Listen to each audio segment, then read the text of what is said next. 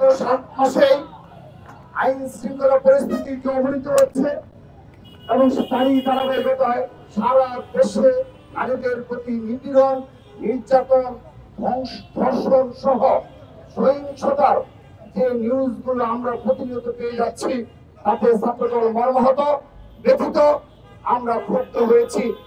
আমরা বিগত সময়ের শুরুতে এই অন্তর্বর্তী সরকারের নির্দলীয় সরকারের শুরুতেই আমরা তাদেরকে সমর্থন জানিয়েছি বারবার, এবং তাদের সকল কর্মকাণ্ডে আমরা নিঃশর্ত সমর্থন জানিয়েছি।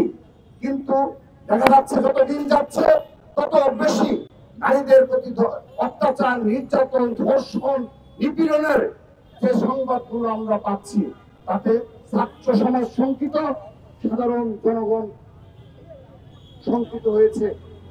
আমরা এই ধরনের পরিস্থিতি চাইনি, এই পরিস্থিতি কোনোভাবে কাম্য নয়। বাংলাদেশের গণঅভ্যুত্থান সংগঠিত হয়েছে, সেই গণঅভ্যুত্থানের দিককে ধারণ করে পুরো বাংলাদেশ এক এবং ঐক্যবদ্ধ রয়েছে, ছাত্র সমাজ এক এবং ঐক্যবদ্ধ রয়েছে। কিন্তু আমরা লক্ষ্য করছি দিনের পর দিন এই নারীদের প্রতি সহিংসতা বৃদ্ধি পাচ্ছে, নারী নিপীড়ন বৃদ্ধি পাচ্ছে, ধর্ষণের ঘটনা বেড়েই চলছে। কিন্তু আমরা গণনীতির ধারায় যে বক্তব্য, সেই বক্তব্যগুলো সরকারের নিকটে শুনতে পাচ্ছি। আমরা স্পষ্ট ভাবে তাদের যে সদিচ্ছার অভাব, সেটি আমরা লক্ষ্য করছি।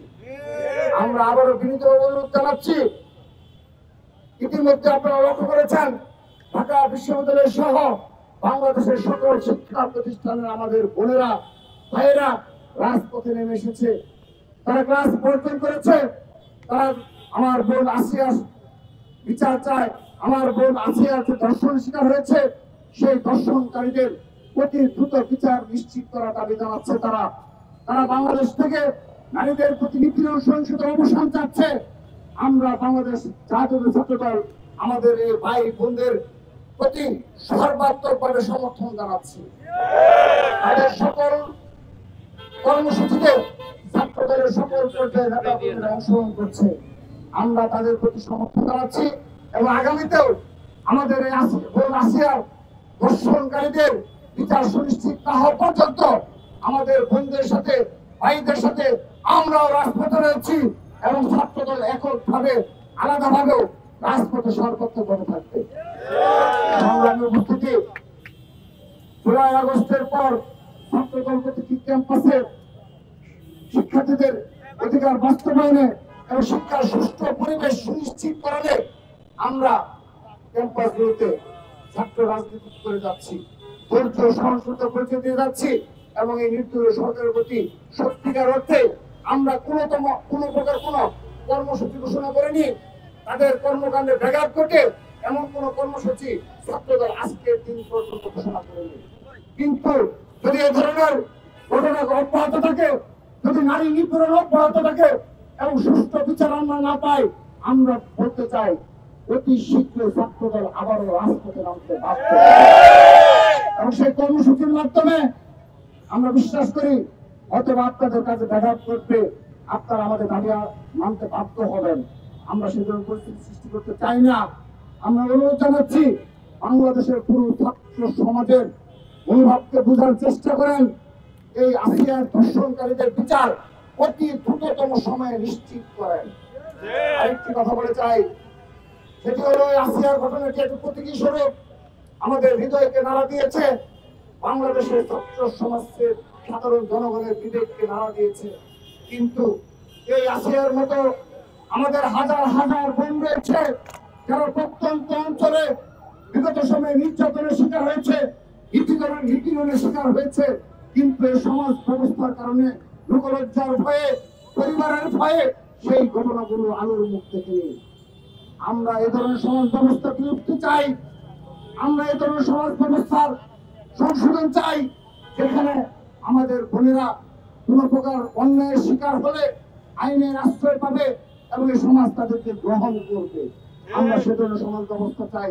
আমরা বিশ্বাস করি বিগত 15.5 বছরে যে ধরনের সমাজ ব্যবস্থা ধ্বংস হয়ে পড়েছে, যেভাবে হানাহানি, বিচারহীনতার সংস্কৃতি গড়ে উঠেছে, আমরা হৃদয় থেকে বিশ্বাস করি যদি আগামীতে জনগণের ভোটে জনাব তারেক রহমানের নেতৃত্বে বাংলাদেশে কোন সরকার গঠিত হয়, আমরা ছাত্রদল সবাই বিশ্বাস করি সেই সরকার এই নারী নিপীড়ন বন্ধ করবে এবং নারীদের প্রতি সহিংসতা ধর্ষণকে বিচার সুনিশ্চিত করবে। আমরা সেটা আশ্বস্ত করতে চাই, আমরা সেটা বিশ্বাস করি। সে কারণে আমরা যে নির্দলীয় সরকার রয়েছে, আপনারা যতদিন রয়েছেন ততদিন দয়া করে আজ থেকে আপনারা আরো বেশি সচেষ্ট হন। প্রতিটি ধর্ষণ, নারী নিপীড়ন, নারীর প্রতি সহিংসতার ঘটনার দ্রুততম সময়ে বিচার সুনিশ্চিত করেন এবং অবশ্যই অবশ্যই আইন শৃঙ্খলা পরিস্থিতির উন্নতি করতে হবে।